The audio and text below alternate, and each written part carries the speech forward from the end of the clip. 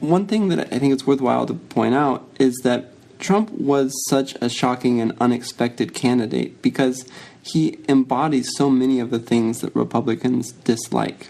So this means that in addition to the Constitution, there are many incongruencies between Trump and just the slate of conservative principles.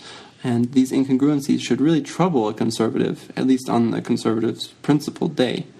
So to harken back to a previous point, in your conversations with a Trump supporter, you might have to recall the benefits of rational discourse, right, and point out that these incongruencies are a bad thing, because right now we do seem to be riding a wave of id.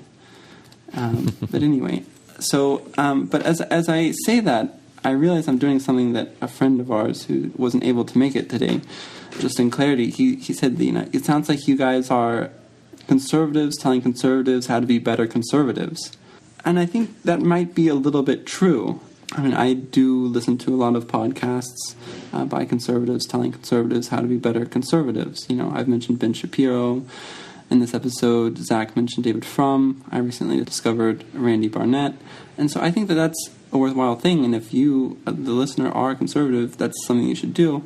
But if you're not, I think you should think hard about what strategy you adopt when you talk to a conservative. You know, because maybe you're like me and you've read, for example, some Christian critiques of Trump, and I can't help but think that those have got to be the most efficacious ways of moving people away from support of Trump, because in this case, religious identity is one of the few, if not the only thing, that runs deeper than political affiliation. But, well, to cite someone wiser than myself, I'm going to read something from George Lakoff's book, Don't Think of an Elephant. He writes, "When you argue against someone on the other side using their language and their frames, you are activating their frames, strengthening their frames in those who hear you, and undermining your own views. This means you should say what you believe using your own language, not theirs."